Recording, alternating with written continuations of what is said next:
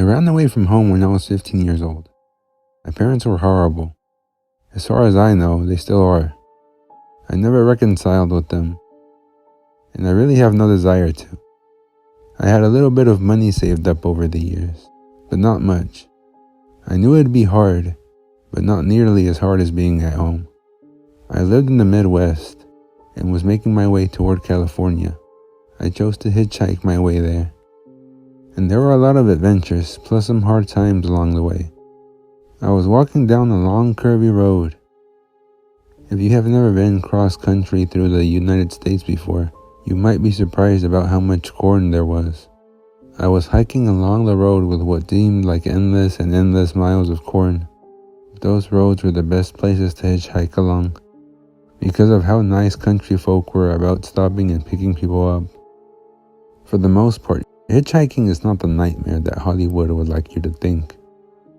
But I had a horrifying experience once. I was walking at dusk, thinking it would be hard to find a ride at night. After a period of time, right after it got completely dark outside, a car passed me, then suddenly pulled over. They flashed their lights, which indicated I was getting a ride. I got in the passenger seat and thanked the man for the ride. Although older than me, he was a pretty young guy. He looked like he might have been around college age. I was wondering if he was on his way to school or something. We talked a bit and found that we had a bit in common. He had actually left home also, although he was over 18, so he was not technically a runaway, but he had issues with his parents. He, unlike me, had a car though.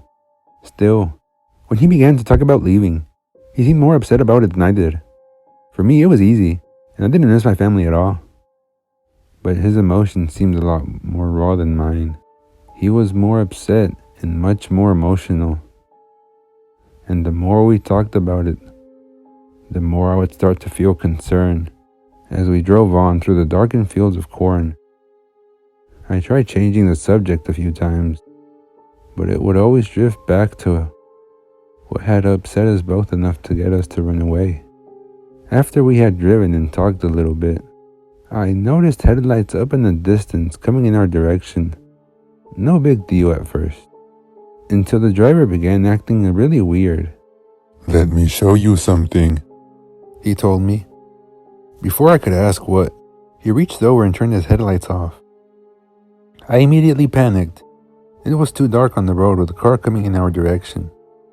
I asked him what he was doing, and he told me this would be a good thing for both of us. I can't deny about how terrified I was, and actually be able to convey it.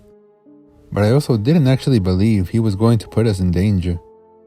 The headlights were getting closer, and the only thing that kept me from freaking out was that we were in different lanes, but I was still very, very nervous. What happened next seemed like a bullet in time to me. The driver pulled into the other lane. It was shocking, and I had almost no time to react, but I instinctively did. I grabbed the steering wheel and pushed it further towards the left. I don't know why I did it, because that was the direction it was going, and I wouldn't have to fight him. The car drove into the ditch, avoiding a collision. The other car drove past unscathed. I was expecting the driver to be mad at me for spoiling his suicide attempt. He was not, though. He began thanking me profoundly, telling me he didn't know what had come over him. I helped get the car out of the ditch and back on the road. We drove for a day or two more, actually. His moment of psychosis being just that.